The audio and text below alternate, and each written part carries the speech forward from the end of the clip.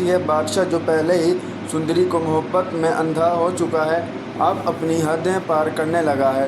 وہ سیدھا غلام کی طرف بندوق تان دیتا ہے اور سندری کو ایک ایسا الٹیمیٹم دیتا ہے جو اس کی اگر تم نے مجھ سے شادی نہ کی تو میں غلام کو اسی وقت مار دوں گا۔ یہ سن کر سندری کے ہوش اڑ جاتے ہیں۔ غلام بے بسی سب سے کچھ دیکھتا رہ جاتا ہے۔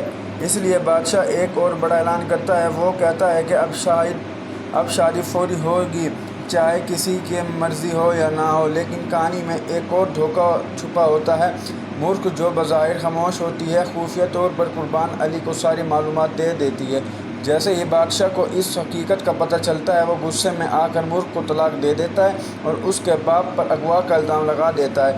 ادھر قربان علی بھی خاموش نہیں بیٹھتا، وہ ایک چال چلتا ہے اور غلام کو آزاد کرا دیتا ہے، لیکن اس کے پیچھے سے ایک اپنا مقصد ہوتا ہے۔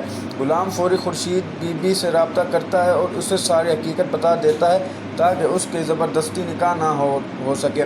دوسری طرف نکاح کی تیاریاں زور و شور سے تیار ہو جاتی ہیں اور ہر لمحہ ایک نئے خطرناک نشاندہی کر رہا ہوتا ہے۔ نکاح کا وقت آتا ہے، سب لوگ جمع ہوتے ہیں اور جیسے ہی بھی نکاح پڑھانے لگتا ہے تو سندری اچانک بے ہوش ہو جاتی ہے، بے ہوش ہونے کا ڈرامہ کرتی ہے۔ ایک اور چال ہوتی ہے، وقت حاصل کرنے کے لیے، امید کے لیے شاید کوئی آ جائے، شاید کچھ اور پھر وہی ہوتا ہے۔ غلام دوبارہ سندری کے پاس پہنچتا ہے، دونوں ایک دوسرے کو دیکھ کر جیسے امید کی نئی روشنی محسوس ہو جاتی ہے، لیکن یہ خوشی زیادہ دیر تک نہیں رہتی کیونکہ اگلے ہی لمحے بادشاہ بندوق لے کر وہاں پہنچ جاتا ہے۔ اس کی آنکھوں میں غصہ اور درد اور جنون صاف نظر آتا ہے۔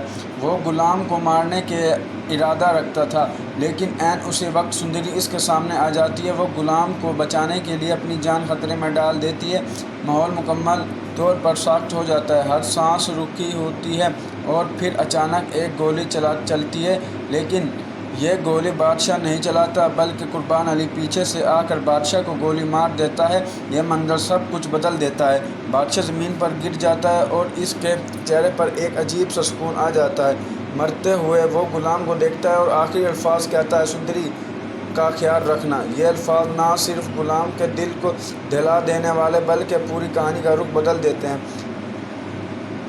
اس کے بعد پولیس آتی ہے اور قربان علی کو گرفتار کر لیتی ہے، اسے اس کے جرم کی سزا ملتی ہے۔ ادھر غلام بادشاہ خود اس وقت غلام بادشاہ کو دفن کرتا ہے۔ ایسے ہی ایسا لمحہ جو دکھ، احترام اور ختم ہوتے ہی دشمن کا عکاسی ہوتا ہے۔ آخر کار کہانی ایک خاموش انجام کی طرف بڑھتی ہے۔ غلام اور سندری کا نکاح ہوتا ہے، لیکن یہ خاموشی بھی ادھوری سی لگتی ہے کیونکہ اس کی محبت نے ایک اور بڑی قیمت ادا کی ہے۔